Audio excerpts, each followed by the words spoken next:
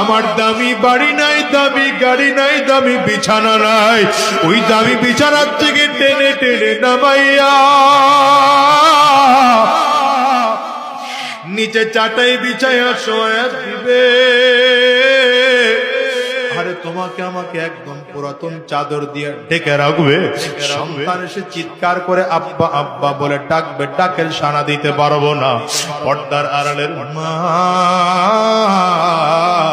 সন্তান এসে মা বলে ডাকবে, ডাকের সাড়া দিতে পারবো না। ওই কলিজার টুকরো সন্তান ওখানে বসে চিল্লায় আর বলে আব্বু জবান খোলো, জবান খুলে না। আব্বু জবাব দেওয়ার মতো শক্তি নাই।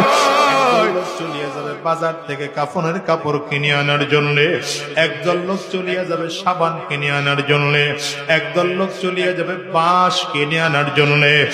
বাজার থেকে বাঁশ কাটিয়া আরে কাঁচা বাঁশগুলো দিয়া কবরের মধ্যে সুন্দর করে কবর খনন করিয়া আমাকে বাগানের কিনারা নিয়ে গোসল করায় 300 কাপড় দিয়ে প্যাকেট করবে। একটা মাথার মধ্যে বাঁধিবে, আর একটা কোমরে বানার, একটা পায়ের মধ্যে বাঁধিয়া জানাজাটা কমপ্লিট করাইয়া 3 জনে ধরাধরি করিয়া লাশ কবরের মধ্যে নিয়ে নামাবে। ওরে দুনিয়ার যুবক, যদি চোখে পানি না আসে কান্নার বান্দরে মালিকের কাছে মাপ চাও। আরে কবরের মধ্যে লাশটা যখন নামাবে, পায়ের মান খুলে, মাথার মান খুলে, মাজার মান খুলে দেবে। দুনিয়ার যুবকেরা একটা একটা করে বাঁশ বিছায় চাটাই দিতে আরম্ভ করবে। মাটির চাকাগুলো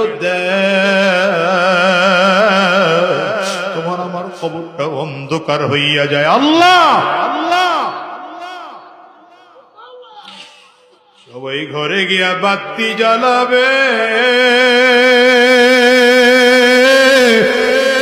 তোমার আমার কবরে কেউ বাতি দিবে না।